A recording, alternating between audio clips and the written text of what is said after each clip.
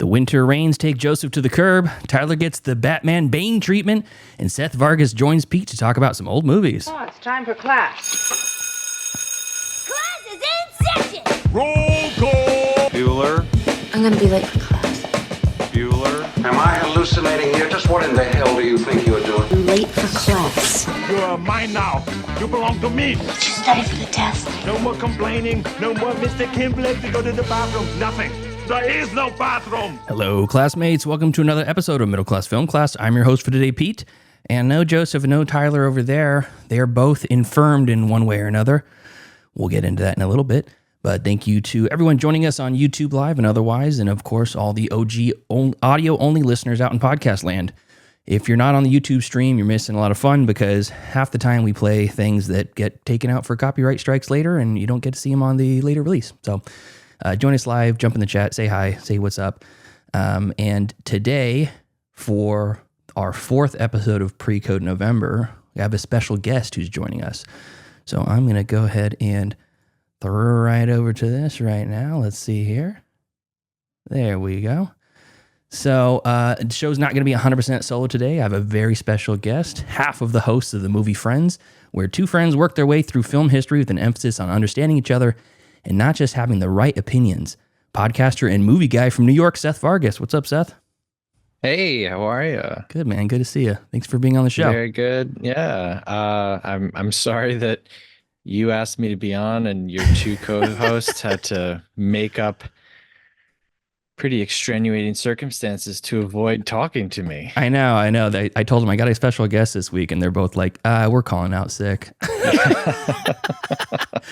So what's up, man? How's New York this time of year? It's beautiful. You know, I live in upstate New York.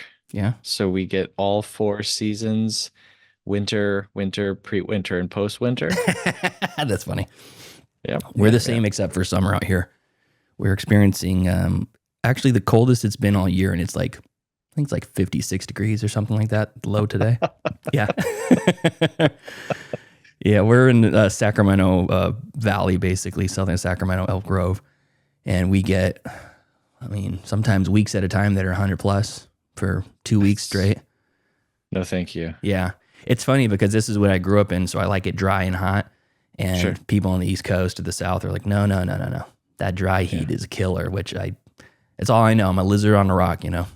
There you go. Yeah. So people who might be tuning in because I tagged your Twitter handle in this promotion post know you from the old Twitter as at Osethi. You're a movie pseudo Twitter celebrity over there. How's that? How's that? Yes. Emphasis on pseudo. Yeah. Yeah. I said the same thing to Molly Raspberry, and she's like, I don't know about that.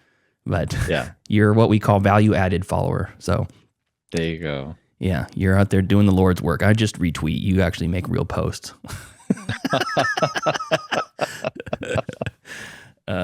So tell us about Movie Friends, your show.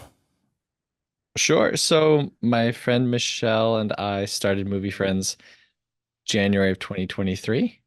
We're over 250 episodes in. And like you said, our emphasis on doing Movie Friends is more about understanding each other, not being so precious with the movies that you're like, quote unquote, supposed to love. Sure. We have great respect for all films. For example, in October, we just did our whole series on Twilight. Oh, nice. And, we treated it the same as we would have if we were doing a series on The Godfather. Yeah. So, we just, we do monthly themes, but we don't really focus on any one time period. We try to jump around, and I just hate how people talk about film online. Yeah. As if they're right all the time. And trying to turn a subjective medium into an objective one.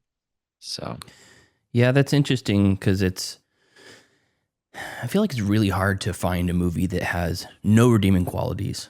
And I agree. Yeah, in my Letterboxd profile, I say I'd rather love a movie than hate it, because really it's like, why are you seeking out movies that you think are intentionally bad? Mm-hmm. I probably can count on maybe 2 hands, maybe less than that, how many movies I've watched that I'm like, the people who made this movie have a disdain for their audience.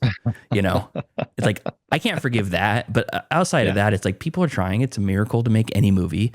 Yeah. And Joseph is a short filmmaker. He's made a bunch of shorts, and we have some friends here in Sacramento that we've done shorts together. I help out on the set, but I'm not, I wouldn't consider myself a local filmmaker or anything like that. I'm like a gumper. I'm like I run line and set up lights and stuff, you know. Important work. What's up, Heather? Is that a new username? How you doing, Heather? Heather's in the chat. She says hi. Yeah, so when I see something that basically turns into a runtime that's like 9 minutes long, and it took everybody basically canceling everything and all their free time in their personal life to be able to make this one thing, and then you see what it takes to make a 2.5 hour epic or a 90-minute, you know, comedy or whatever it is. It's like, give them a pass if it ain't exactly what you think in your head you would do. The phrase, every mistake that you point out in a movie, I guarantee the filmmakers have already done that times 10. Right. So you're not telling me anything new. Well, I think, you know, as people who talk about movies online, there's nothing wrong with being critical while also understanding that that is not the end all be all. There's the experience. So if you were a roller coaster expert and you've ridden every roller coaster in the world, and you could talk to me about a roller coaster and why it sucks and why it could be better, or how another roller coaster did it better, I'm not going to devalue that. But at the same time, when I ride the roller coaster, if I have a good time, I don't really care what you have to say. Yeah, exactly. That's a really good analogy. You know, so I think for us, as we try to broaden our horizons and broaden our, you know, internal library, it's really just so that we can introduce people to other things, not necessarily halt people from other experiences. Yeah, that's a good way to put it. And I think when I see a movie that doesn't land on me, I know there's an audience out there for them. I just don't know who that is. Yeah. So I'll make a good faith effort to say, okay, this movie wasn't for me, but if you like this, you may love that. Well, I'll tell you what, recently we covered the film Batman and Robin. Oh yeah. Joel Schumacher. Mm-hmm. And watching Blonde Venus this week, I have a new appreciation for Uma Thurman's introduction scene in Batman and Robin, because I had no idea it was an homage to this film. That's interesting. I didn't even put that 2 and 2 together. I was thinking of Temple of Doom with the Shanghai Club or whatever it's called. Oh, sure. Yeah. Sure. I have a good friend, online movie friend, who's a co-host of the Cinematics podcast, and he goes to bat for Joel Schumacher's Batman Robin anytime it comes up in conversation. He says it's a comic book movie that knows it's a comic book movie, and it goes set design to 11, acting to 11. Is that the one that has the bat card, the credit card? It does indeed. Yeah, I mean, you know what you're getting yourself into if that's the case. It's like an Adam West level with modern sensibilities. Speaking of Twilight, that was one of my biggest, one of our funnest episodes we did on the show was Twilight. We covered just the first one. And I'd walked in and out of the room probably 20 times as my girlfriend had watched it. She loves the movie. And every time I see a scene, I just get a chuckle and kind of move on. And I sat down and watched it with her one time, and I'm like, this is fucking great. This is the baseball scene alone is flabbergasting. Truly a miracle of modern filmmaking, yeah. And that's a movie that's made for an audience and lands on the audience like a ton of bricks, because she was bought, sold, hook, line, and sinker for Team Edward when she was a teenager when it came out. So one of the things I like about following you on Twitter is that you give really interesting recommendations, and I've covered a couple on the show. The Magic Spot covered on the show. Oh, you did? Yeah, I was. Do I not remember that? Not a full episode. it was on a streaming pick segment. Got it. Okay. Yeah, so the second half of each Monday episode is movie news and then streaming picks, and that was one that I'd watched that week, and I was like, Seth loves it. He implored me to watch it, and did not land on me like it landed on you, but I still really enjoyed what it was. And I want to ask you, there's like an extended universe behind that thing, right? That whole Oh oeuvre. man, I wasn't. I would like to say that I'm not prepared to talk about this, but I've literally spent the last I was like, 3 that's a years lie. of That's my a damn life lie. thinking about nothing other than this extended universe. So Yeah. yes, yes, I'm actually right now in the final filming stages of a documentary that I'm making about these filmmakers and No artists. shit. That's exciting. I heard you. I saw your post about making like a documentary. That's exciting. That's what's it? Do you have a title yet? I have a few titles, but nothing that I That's feel fine. comfortable sharing That's right fine. now. Please keep But us in the loop on that. yes, yeah. So Magic Spot is a film made by Charlie Roxburgh and Matt Farley. They are a filmmaking duo based out of Connecticut and Massachusetts. And everything that you hate about modern blockbuster filmmaking, modern studio meddling, all of that nonsense, if you've ever said to yourself, I wish I could just go out and make a movie, well, this is the filmmaking duo for you. Yeah, they're doing exactly that with like probably just their friends, right? They employ their friends and family, and then as their movies have gained popularity, fans and other artists, yeah, I mean, I was in their last movie, Really? called Evil Puddle. Yeah. Oh, okay. Oh, that was one of theirs. I saw you posting that. I didn't know Yeah. that was in the Farley verse. Yep. Is that the Farley stands call it Farley verse? Moturn verse, Moturn Okay. movies, probably. Yeah. Interesting. Well, I'm not going to ask more about that because we'll have to wait for the documentary so I can get the full download. So this month we've been talking about pre-code movies, and I know that you've, along with kind of rejecting the modern flow of a consistent drumming of modern film being foisted upon us on Yeah. internet, ever-present internet movie, film, Twitter, life, whatever you want Yeah. to call it. I know that you are very adept in classic film, 1920s, 1930s, etc. And my first thought was Molly Raspberry. My second thought was, oh, Sethy. Wow. I'm so honored to be the second thought to her, I because know. she's someone that I very highly respect and appreciate her opinion. In fact, when I finished Babyface, I commented under my post saying I was watching it that I need her thoughts on it. She has not stooped down to grace me with her thoughts yet, but you know what? I understand. I'm just some loser guy. Normally I wouldn't say, oh, you were my second thought, but being beat out by Molly Raspberry is an honor. Of course. Yes, absolutely. So she came on, she talked about Jekyll and Hyde with us, and then just pre-code in general, and her thoughts on like the top 3 movie mavens of that era. And I think she said Barbara Stanwyck, of course, she's a Barbara Stanwyck super fan. Mae West was another one, and I can't remember the third one she mentioned, but she said there was a trio of them.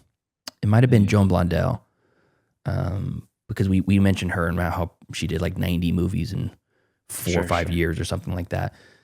So do you have any particular titles or particular personalities from that era that stick out to you as like the penultimate person or film or whatever that sticks out from that era? I'll go a different route. Okay. I think that a lot of times when we talk about pre-code, we think about violence and sex in movies. Mhm. But when I'm talking to someone about the pre-code era, the movie that I like to bring up is James Whale's Frankenstein, 1931.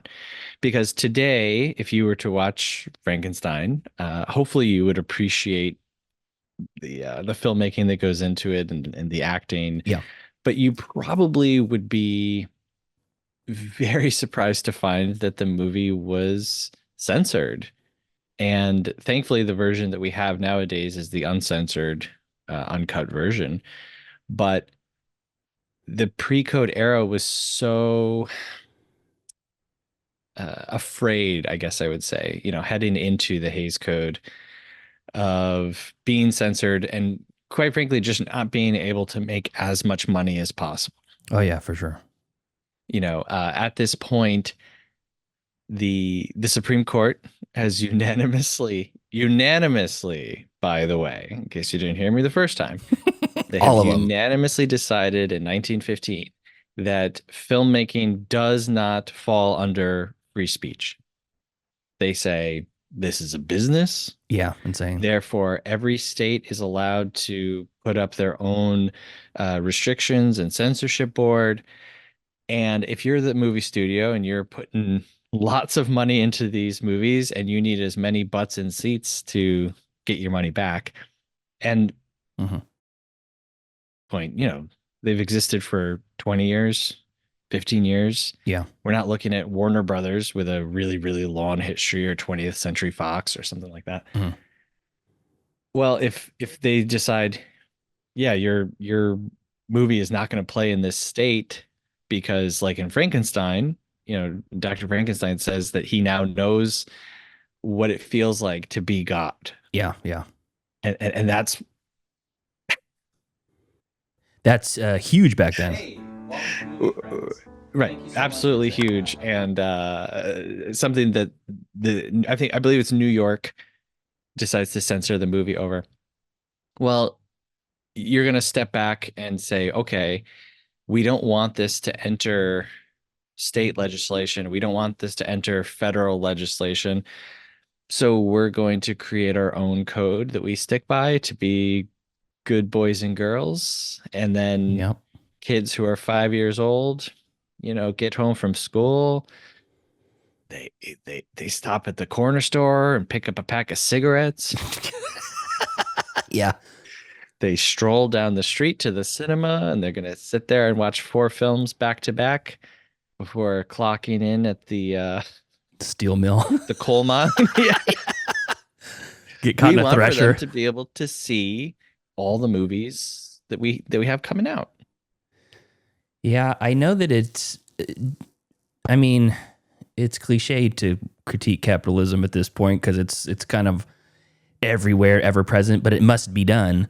That like all of these ridiculous impositions that have been put place on us, and like restrictions have been put place on us, they're almost always not for the moral good or not for like the betterment of society. It's to make more money. Yeah. Like, yeah, absolutely. Yeah. That's what it's wrapped up in is, we don't want the society to fall by the wayside and become an immoral society and abandon our Christian roots, yada, yada, et cetera, et cetera. But really it's like the studios are like, well, we just don't want to limit our audience. We don't want to lose money. And we don't want, one of the things I did find through the research of the pre-code era is that there was kind of a Barbara Streisand effect from that, where the European Union, a lot of the people, countries in Europe wouldn't release their movies in America. So we're restricting, and they wouldn't allow the American movies to be released in Europe because they're basically saying, well, we don't want that. Whatever red, white, and blue, flag you're wrapping yourself in to justify this sort of thing, we don't want any part of it. We're just going to make movies that we want. And European sensibilities were way different than American back then, as they are still now. So it is interesting. And, my thought when I picked this, so the way we work it is we have a spinning wheel with all the topics on there. Me, Joseph, and Tyler each have 2 topics each on the wheel. The Patreon has 2 topics each for our top donators.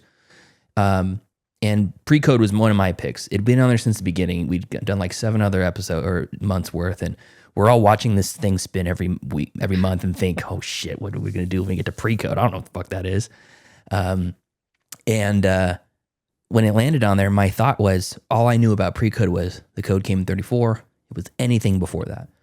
Little did I know, it was kind of like this hyper-realized 4-year stretch where the world knew it, the movie world knew it was coming, and they kind of rushed to get the sin in. But I think that through watching a number of these movies, because we covered 4 for the show now, but I squeeze in as many as I can throughout the week as well. And it's also not about drugs and sex so much, or violence or whatever. It's also just about like women being able to be their own person. And absolutely. And that's the thing that it was surprising to me, because most of the things that you hear talked about is like, oh, it's debaucherous, oh, it's lascivious, it's risque, it's all these things. But more than anything, it was just like I saw women taking a role in a cinema, in black and white cinema, that they didn't have before, and seeing a woman be told, you should use your feminine wiles to get yourself to the top. that was like, oh, you can't say that. You can't make that person be the protagonist of this film, and you'd never see it in from, you know, mid-30s on. And it was just kind of shocking and pretty cool to see. Yeah, I agree 100%. And if you look at most major changes, they come when people that you don't want to be autonomous are becoming autonomous. Yeah. It's kind of like, hey, everything's cool, everything's fine. Well, wait, you're not allowed to do that. I know. That's good for me, but not for you. You can't do that. Mm-hmm. Yeah. Yeah, it's a power thing. It's a control thing. And it's like, it's unfortunate, you know, that you, like, I didn't choose to be born who I was. I'm very privileged to be born in the body that I am. But it's like historically, white, cis, straight white men, you know, WASPs, whatever you want to call them in society, have been doing most of the bad, at least in the, you know, Western society for such a long time.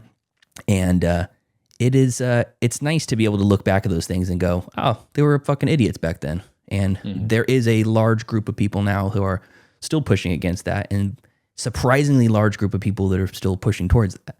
Like they would be happy if the Hays Code 2 Electric Boogaloo were to just rear its ugly head, you know? Right. Yeah, absolutely. And a lot of it has to do with this idea of like, well, I shouldn't be subjected to X, Y, and Z. Mm-hmm. You know, film is such an interesting art form. If you went to a museum and you saw a painting that offended you, you could just turn your head and walk away. It's stationary. There is no, well, I should be careful because there is an unfolding story to a lot of, you know, paintings and sculptures, things that as you sit and ponder, you see more, right? But with film, you could sit there for 80 minutes and nothing offends your sensibilities, and then something comes along that greatly offends your sensibilities. And so people wanting more categorization and more warnings, I'm fine with all of that. Personally, I never want to know what's in a movie. I don't care if there's something that bothers me. I will deal with it when it comes. Sure. But the idea that our sensibilities and our offenses should influence an artist, that I completely disagree with.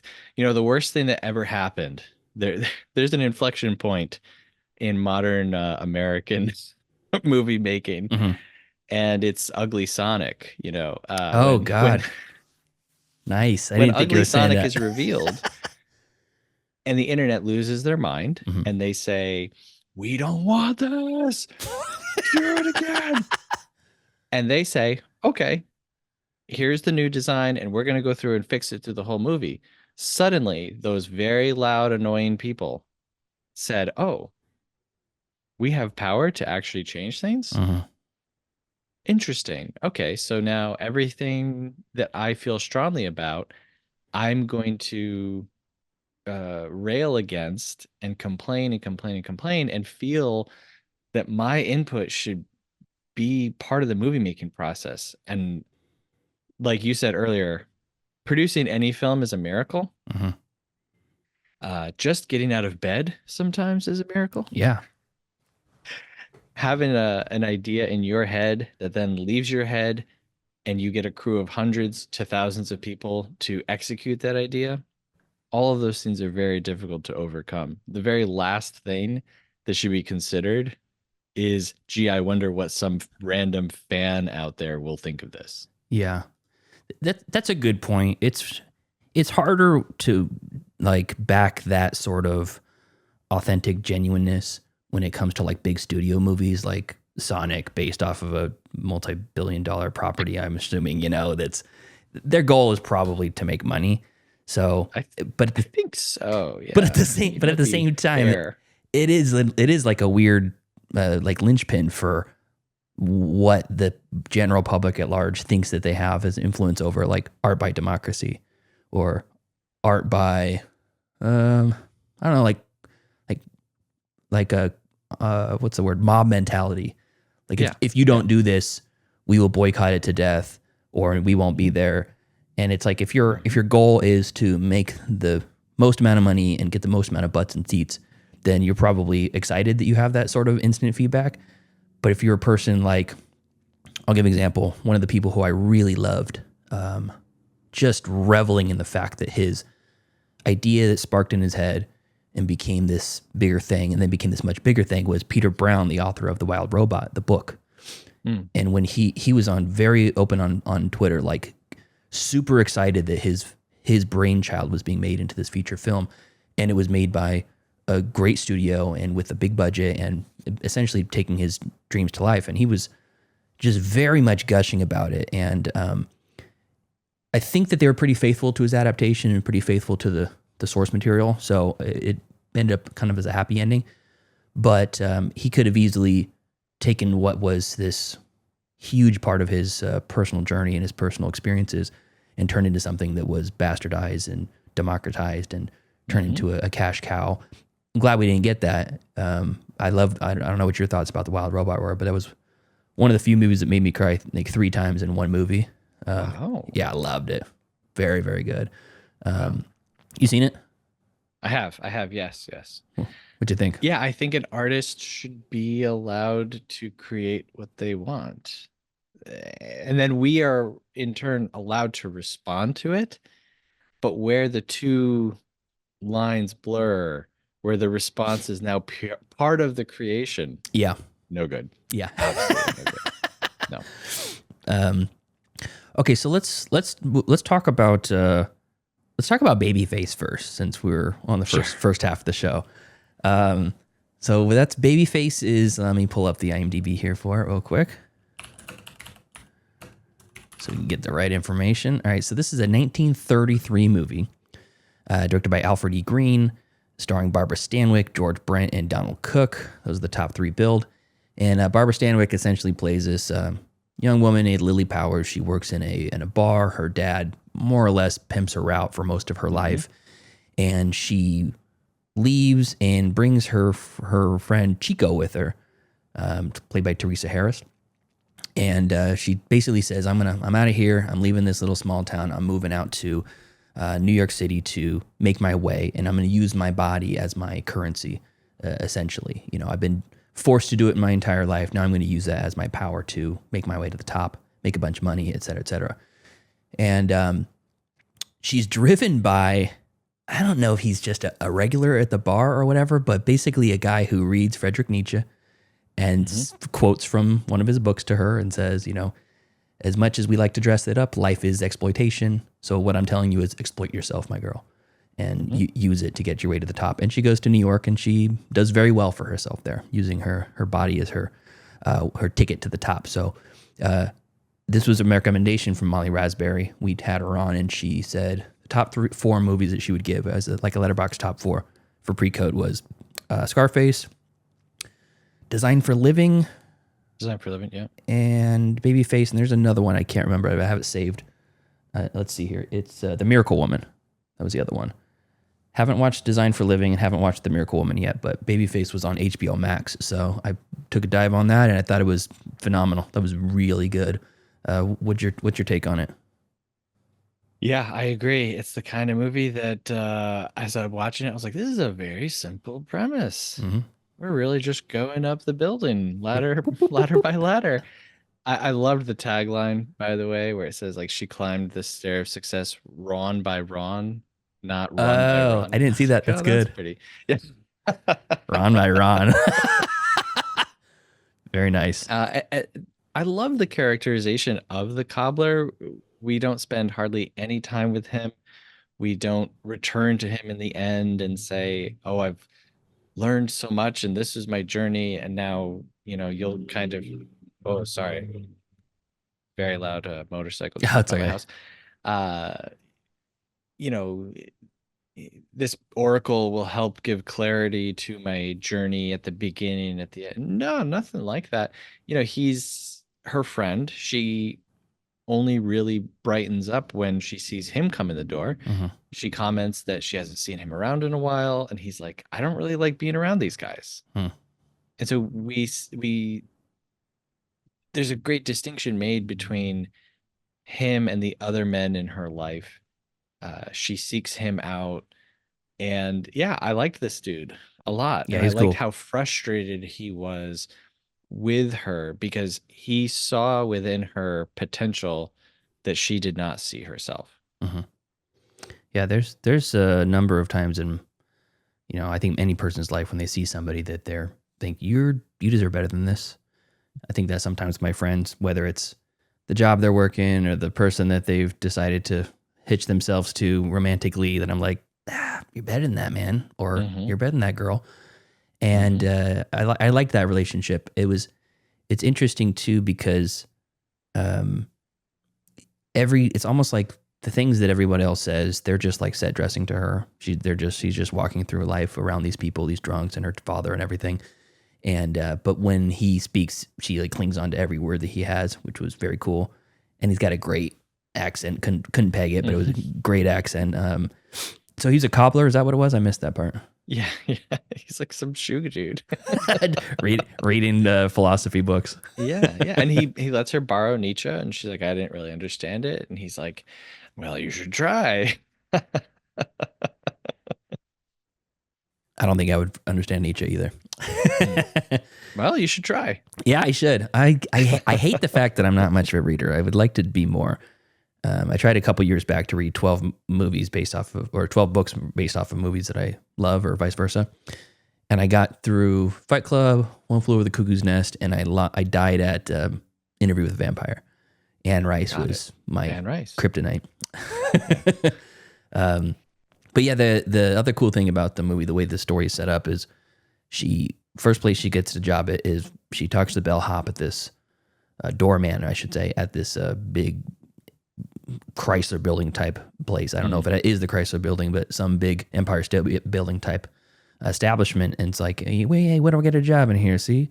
And sleeps with the guy that gives out the jobs, gets to the first level. And every time she sleeps to a next level of the proverbial career ladder, it has a great model of this building, and it goes level by level all the way to the top. Like you're playing a board game, like the game of life, climb all the way to the very top. And I enjoyed also how when she finally gets to the point where she's more or less found out, where there's the murder-suicide, and everyone's like, yeah, we can't abide by this, and she's going to release her memoir, supposedly. She gets the payout, and instead they've sent her off to France. I like that they jump cut ahead to basically this guy saying, I thought you were going to fail out here. And you're shown through a very quick set of dialogue that, no, she's established herself. She's very good at what she does. Mm-hmm. And she's not just doing it because that's all she's got. She's actually very capable. This is just a means to an end for her. Yeah, absolutely. She's a great character.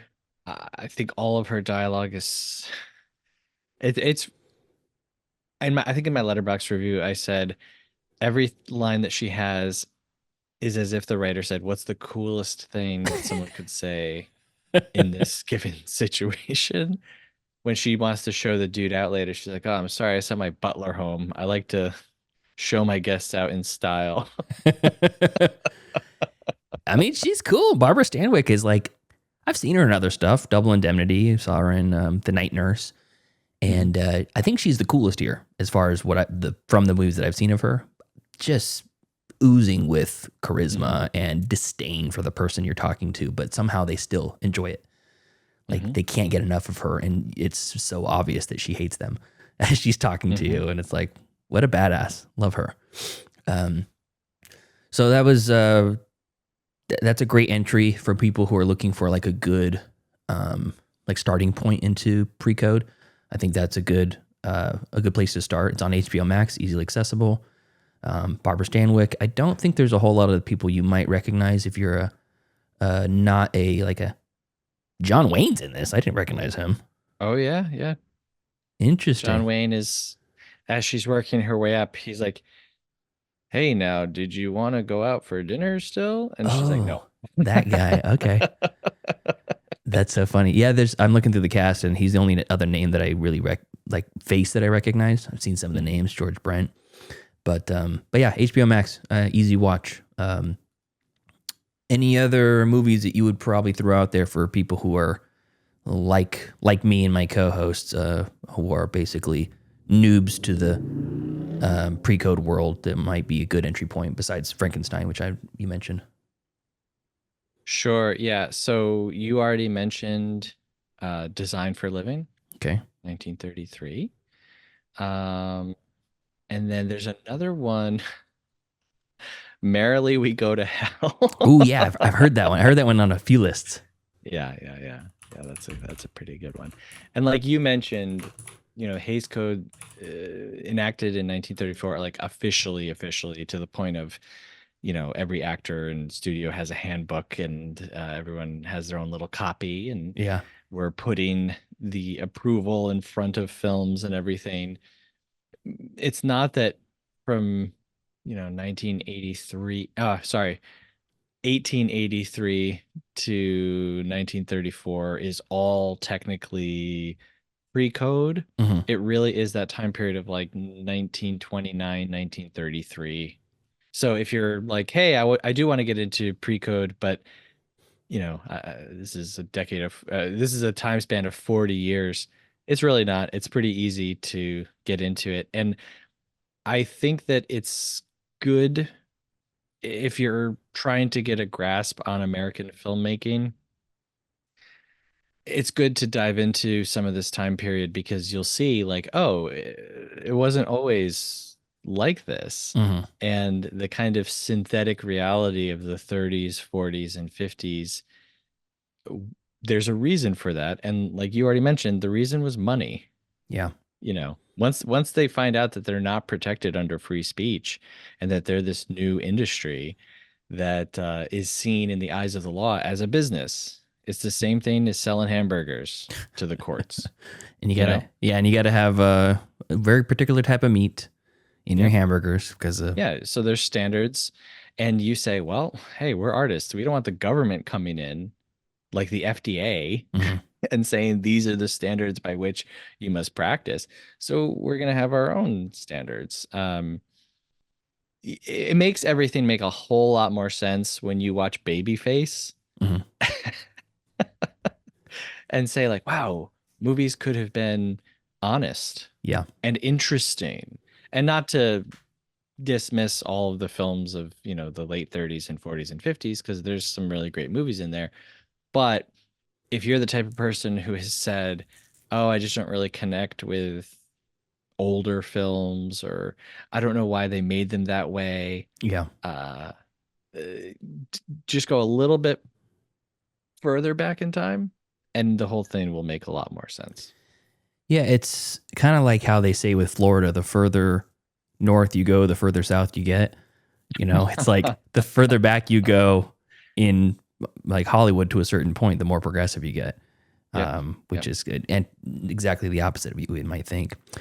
I think the other thing that's kind of a shame is that if you look at the landscape of how the United States was back then, I mean, turn of the century up to 1930s or so, it's like before automobiles were like super prevalent and cross-country journeys outside of trains were kind of capable for a semi-average person or semi-affluent person.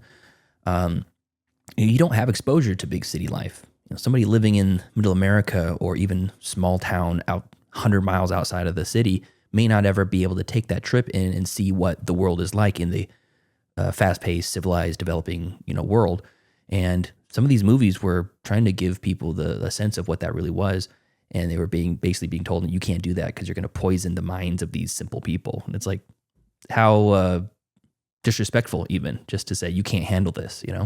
Absolutely. Meanwhile, we have hundreds of years of literature available in public libraries for people to read, which is uncensored and protected by free speech. But for now, it's also, you see lists that used to be of books that used to be banned, and it's pretty surprising. Yeah. And then you see all this stuff, and it's like, oh yeah, it's equally as surprising. But yeah, I mean, I kind of get it. My mom had 8 kids, so she ruled through fear as well. Not through like hitting us or anything, but my mom knew a kid who died of everything. Oh, got like, it. Hey, don't push your brother. He'll fall and hit his temple on the corner of that coffee table. He'll die instantly. Hey, don't do whippets. I knew a kid who did that. He did it once and died instantly. So when you have a bunch of unruly people, Yeah. you gotta instill some fear in them and use some propaganda. And that's probably the most upsetting thing about the time period when the Hays Code is in great effect is, again, a lot of people, when they approach the Hays Code, I think they mostly think of sex and violence. And that's why, for me, Frankenstein is my pick to show people and say, hey, look, this was offensive. Yeah. There's also the treatment of clergy, the treatment of people in government, the depiction of other countries and not depicting them in a bad way, which leads to, American isolationism is assisted in World War II by not coming straight out and saying that Hitler is a bad guy, because we make our movies to be a little more, kid glovey when it comes to real world issues at the time. And it wasn't until I think the Pope made a statement, and so suddenly it was like, oh well, now we can, the gloves are off. Now we can talk bad about Hitler. Is it really? That was the And turning so point. now, you have a false sense of an artist's depiction of decades of our history, and it's all tarnished because of this Hays Code. And so for modern people, like you said, who want Hays Code 2.0 because they're squeamish about sex scenes, it goes so far beyond just violence and sex. Yeah, and almost all the Universal monster movies were in that era too, as far as I know. Have you seen the short by Jim Cumming? It's called "It's Now a Good Time"? Yes, I have actually. It's basically all about, well, not all about, but there's a big wild short. Yeah, it's a wild short, and it's I remember seeing the behind the scenes because he's one of the personalities I follow quite a bit on social media. Love his kind of ethics and idea behind just go make the movie. But he said that when the people signed on to make that movie, a lot of them were essentially saying you'll never work for Fox or Fox or Marvel or really any of these people potentially ever again because of how anti-China the thought process is, and how he's literally having a sexual relationship with a Chinese boy or man, I should say.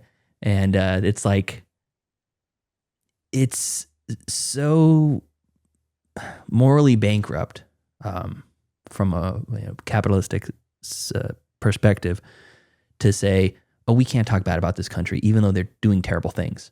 It's like, just be genuine, but you can't be genuine then when that costs you and your shareholders billions of dollars of revenue. So I don't know. It's interesting. It's funny. The more things change, the more things stay the same. And I've learned that much through, watching all these pre-code movies.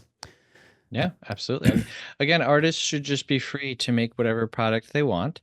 If a studio doesn't want to finance it, they can make it themselves. And if audiences hate it, that's fine. But it should be made the way that they want to, And we saw a recent example of that where hundreds of Hollywood stars and producers signed a letter saying, we're not going to work with Israel right now because of what they're doing in Gaza. And then you had a backlash to that of people saying, well, now we're not going to work with the people who said that they're not going to work. And it's like, at what point do we just let people express themselves however they want? And we're holding these artists to a standard that I don't think we should, quite frankly. You don't want to support someone who is a known sexual deviant. And if you don't want your money to go to them, of course not. But just in the normal day-to-day artist, filmmaker, actor, they should be able to express themselves however they want. Yeah. It's a weird slope, to go down because, like you said, if you want to make what you want to make, but it takes $10 million to do it the way you want to do it, then it's like, now you have to ask for money, and then you are groveling for that. So, and I appreciate your sensibilities as far as like your movie taste, because I've heard you say before bad CGI or bad effects don't turn me off. Bad acting doesn't even turn me off. A bad story turns me off. Absolutely. And it's like you can still get the message across without having a $10 million budget. You can do it for, $50,000 and a little bit of crowdfunding for people who will legitimately support you through whatever you do because they respect your authenticity as an artist. So maybe that's why you have the unabashed love you have for the Moturn universe. Absolutely. Hey, look, I'll say this. I'm the first person who's ready for Hollywood to fall apart. Everyone's mourning the potential sale of WB to Netflix.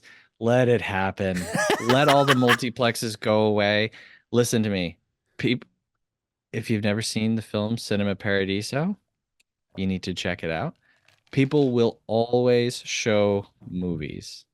And now with technology being in the palm of our hand, I can get a projector. And if my local AMC falls apart, guess what? I can go to the side of a building and project a movie. I think if Hollywood falls apart and movies come into the hands of the people, we've got plenty of Wolverines versus Deadpools. We've done all that. We got 30 Star Trek movies, 30 Star Wars movies, 18 Avatars. We're good. We'll be okay. Speaking of which, we have a upcoming bootleg VHS night coming from in December. What day is this? I want to say it's the 13th, December 13th here in Sacramento. One of our friends is I can't remember, whatever that Friday is. One of our friends, Adam Murphy, he's in production, and he does this thing called movie nights at Red Museum, and it's basically really, really hard to find movies. We'll put it up on a projector.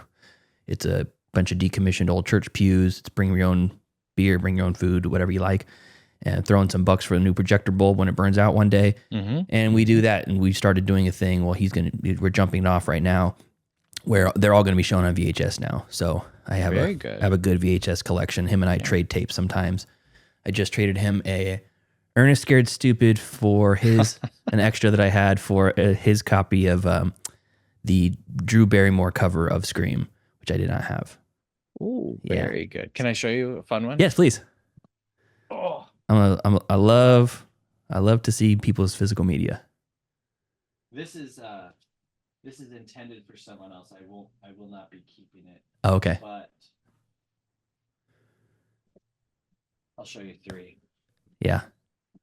One is a sealed at-home rear window. Nice. Cool. Complete with the save up to $5. Yeah. On the Alfred Hitchcock Collection sticker. Cool. Love that. Still on there. 28 Days Later. Ooh. White tape.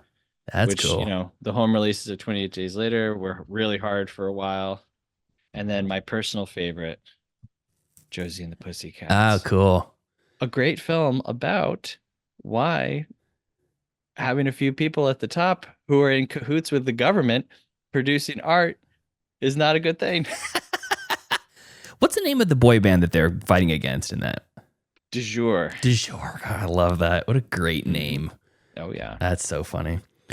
So we're coming up almost on an hour. Let me see here. When you want to give us some quick thoughts on Blonde Venus before we go our separate ways. We've been talking way longer than you agreed to, like 15 minutes. Oh, is that what it normally is? Okay. Yeah, I mean, no, that was sorry. I leave it open ended. I tell people It's like 15 minutes so people don't get freaked out, and if the conversation goes, we can go for the whole episode. So thank you for doing that. Well, Blonde Venus, I would say it starts promising. Yeah. I was a little bored throughout. I'm not gonna lie. Marlene Dietrich, great. I mean, great presence. And like I mentioned to you, the scene where she comes out in the gorilla costume and then slowly takes it off piece by piece. I was like, oh my God, I have to really apologize for my opinions on Joel Schumacher's Batman and Robin, because this is so obviously a direct homage to this scene, which made me like it even more because I was like, oh, Joel Schumacher's dipping back into like pre-code Hollywood. So that's pretty cool. Yeah, I mean, I found this to be more of like a morality tale than Babyface. Mhm. Where with Babyface, I really felt conflicted. I really felt like there's so much to chew on, and whether or not you agree with any of the characters' motivations, it's the type of movie that you now have to wrestle with why you agree or don't agree. Mhm. And it gets you thinking. It really got me thinking. Blonde Venus, not as much. Yeah, she But does. it was good, and I was very glad that I saw it. Young Cary Grant, I mean, Mhm. that's worth the price of admission alone. Yeah, that jaw can cut diamonds. I wanted to kill the husband, quite frankly. Like, if I could just say that, I don't know your opinion, but he comes back. He is cured. He has a death sentence over his head. Uh-huh. He's told 8 months to a year, I'm going to be dead. Yeah. He's so proud. His wife is like, well, I'll just go back to dancing. And he's like, that will never happen. And I'm thinking to myself, bro, she's going to go back to dancing either now and save your life, or she's going to go back to dancing Yeah. because you die. Yeah. At least you're around to watch the kid while it happens. And get her a little bit of, let her get a little bit of a head start so she's got a cushion when you're Yeah. hit the mortal coil. Instead, he comes back from Europe, finds out, oh, I lied, and actually the money came from this other guy, and he is just ready to turn her out. She just saved his life Yeah. by gallivanting with Cary Grant. There's a lot worse things in the world, folks. All I know. right? It was providing very well for their child together. Yeah. And if he were to die, what do he presuppose that she would do, in this Right. situation? It's funny because you're led to believe in the final, like the very final scene, that she just goes back to him and they are okay with that and they just move on. And Cary Grant's left outside. I've been out here in the lobby for 2.5 hours, and you bathe your child and sing him to sleep. Right. Is that how you interpreted that? Like she actually went back to him? He's so... He turns on a dime at that very last second. Right, like throughout the whole process, which I thought it was a good setup because I liked their little family ritual in the beginning. And so he is so resistant throughout that final interaction when she doesn't seem to be as resistant. So if they do get back together, I think it's kind of let him go. Sure. You got a new lease on life. Go finish your serum or whatever. I'll see you at Christmas. Yeah. I think that the whole bit about her being on the run and just kind of leaving and this detective tailing her, I like the detective aspect. None of that stuff was super compelling to me. I thought I spent more time digging into the life of Marlene Dietrich. That's her name, Marlene Dietrich? Yeah. She was a really interesting figure, and most of the people who voted on our Patreon voted for this movie to be the topic. They essentially said that she was the reason why. It wasn't necessarily the movie, but it's like, you got to have Marlene Dietrich in there. Right. So, but I'll give my thoughts on the next episode, because I got something I have to say something on the next half, and I'm going to be talking to myself for 45 minutes. So, Seth, I really appreciate you coming on and chatting with me, man. It's been a pleasure. We've been Twitter buddies for a while, and it's good to talk to you face to face. Yeah. Hey, well, thank you very much for having me on. And like I said, I don't know what penance I need to do for your co-hosts to not hate me so much. Tyler's literally in the hospital to avoid you. I'll do it. I'll do it. Okay. Maybe we'll have you back on and we can play some trivia, and you can go head to head with them, and we can redeem yourself. Before you take off, so first off, everybody should go download Movie Friends. Do you prefer the audio feed or the YouTube feed? We our YouTube, I mean, no offense to anyone watching on YouTube, we are not YouTubers. We consider ourselves podcasters. Yeah. We're not a visual people. We're an audio people. Yeah. So, if you go to our YouTube, all of our episodes are up there. It's just a blank screen. Oh, is it really? We'll put up reels. Like, our reels will be sent there. But yeah, the podcast is where everything is. Okay, cool. Awesome. So check that out. And then before you leave, can you give us, our listeners, a recommendation of something that's streaming that they can watch this week for our streaming picks segment? Okay, well, Magic Spot is number one. Yeah, okay, of course. Absolutely. Yeah. On Tubi. And again, it will, even if you don't enjoy it necessarily, consider why. Mm-hmm. Think while you're watching it. Think why it works and what doesn't work and why. Because perhaps you've been conditioned by some rich people to think that a movie should be one thing. Mm-hmm. But my other recommendation will be Dr. X, which is a movie that I just watched and absolutely love it. I'm going through all of the films referenced in the opening song to Rocky Horror Picture Show. Oh, interesting. Is that 1932 Dr. X? 1932. Okay. Yes. So this is technically pre-code. Nice. We're talking about cannibalism. We're talking about prostitution. We're talking about murder. Awesome, awesome movie. I rated it 4.5 stars out of 5. Cool. Yeah. Currently on Tubi. Oh, it's on Tubi. A lot of fun. Nice. And it's 76 minutes. Can't beat it. Oh, hell yeah. Now we're talking. A couple of people in the chat are chatting. So Heather sharing her favorite VHS. She has my current favorite sealed Terminator VHS is complete with a Subway meal deal sticker on it. Just love that. Incredible. Yeah. Bruce has his VHS collection of Vertigo, They Live, and Evil Dead 2. And Heather says that she really, really loves the Movie Friends podcast. So you have a fan in the chat. And then Bruce. Was that Bruce? Bruce does have Vertigo. Yeah, that he mentioned Vertigo. I have the Alfred Hitchcock collection version. That's sick. Vertigo right here. Yeah. I got a small section of like classic tapes, but most of them are 70s, 80s, 90s sort of stuff. I have them categorized by genre. And mostly it's the biggest section is dad movies. So it's, it's Clear and Present Danger. Sure. Just that sort of like action schlock, which is always great. Broken Arrow. I didn't hear. I was too busy grabbing my Vertigo Oh, tape. You said someone listens to the show? yeah. Heather in the chat, Heather Sachs. She says, Yeah, Heather Sachs. Really, really enjoys Movie Friends podcast. She says, well, Heather, I got to tell you, that makes one of you. We've been struggling. Just no one's listening. No, but thank you, Heather, so much. That means a lot. It's always horrifying. I don't know if you feel the same way, but whenever someone says, "Oh, I listened to your podcast," my first response is, "Don't do that." I'm like, "Uh-oh." I usually think, "Uh-oh." There's so many other better shows you could listen to. What dirt do you have on me now? Yeah. We kind of made this point over the years of pulling the absolute worst out of context drops of the show and putting them on our soundboard to basically sabotage ourselves with out of context things so that we can be quickly canceled. Mm-hmm. And I was talking to one of my coworkers about the show who didn't know that I do a show.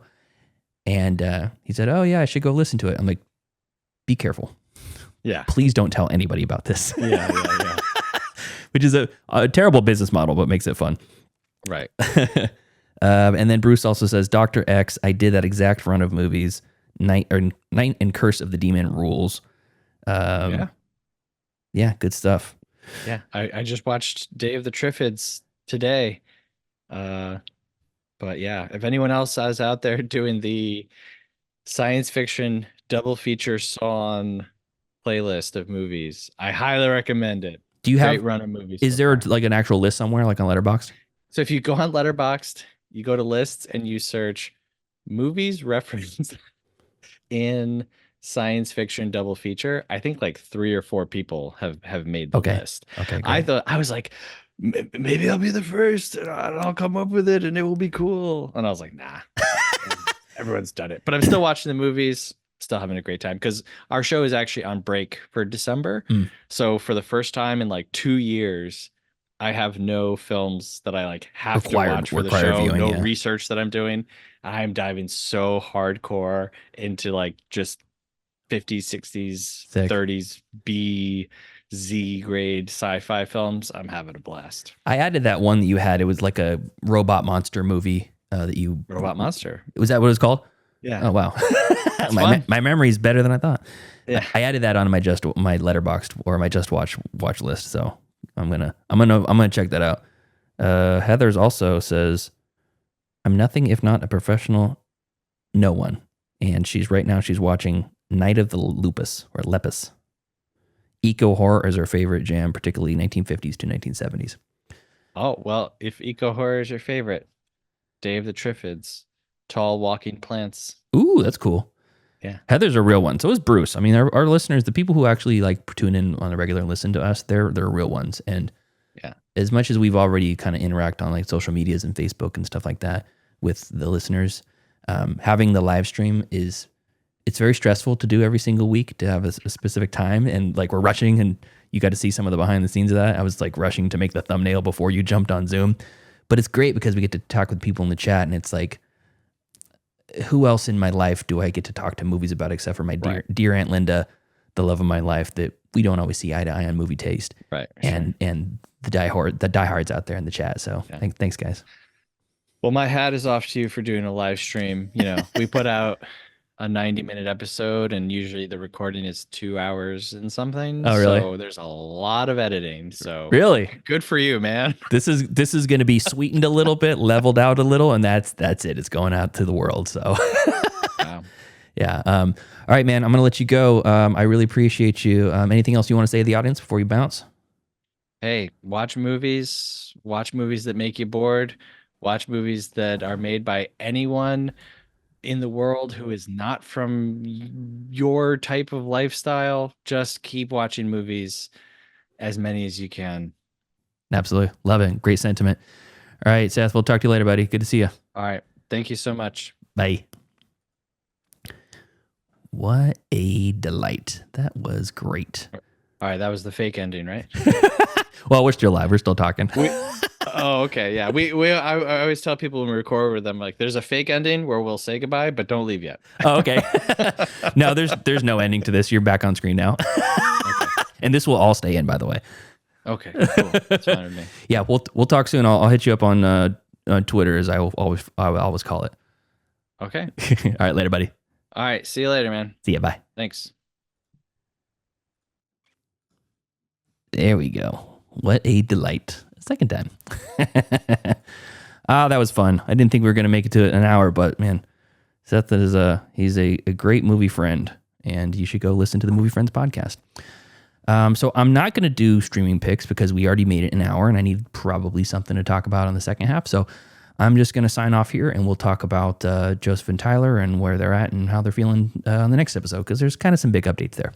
So anyways, thank you to our cool ass yard duties over on Patreon. That's Javier, Heather, Michael, and Chris. If you want to support us on the Patreon, you can do so at patreon.com/middleclassfilmclass, or you can just follow on the YouTube channel. That is its own way to support without having to pay a dime. We really appreciate those who can support, and thank you very much again. So until next time. Thank you for joining us one more time. Thank you, Seth Vargas, for joining me on a solo chat as we talk about pre-code movies, all kinds of stuff. Babyface, a little bit of Blonde Venus, but later on in the day, if you're on the streaming, or if you're later on in the week, if you're anywhere else, follow me as I go into the Blonde Venus, full and uncensored. I'll do some streaming picks there as well. Find the social medias in the notes. You guys know where to find us. And thank you to Bruce in the chat, Heather in the chat, and Tyler. I don't know if he's still there or not, but thanks for stopping by, buddy. We'll see you later. There's a reason for that, and the reason was money. Class dismissed. I gotta get out of here. The bell doesn't dismiss you. I dismiss you. You're free to go. See you next week. See you later. See you later. That's a wrap. Great show.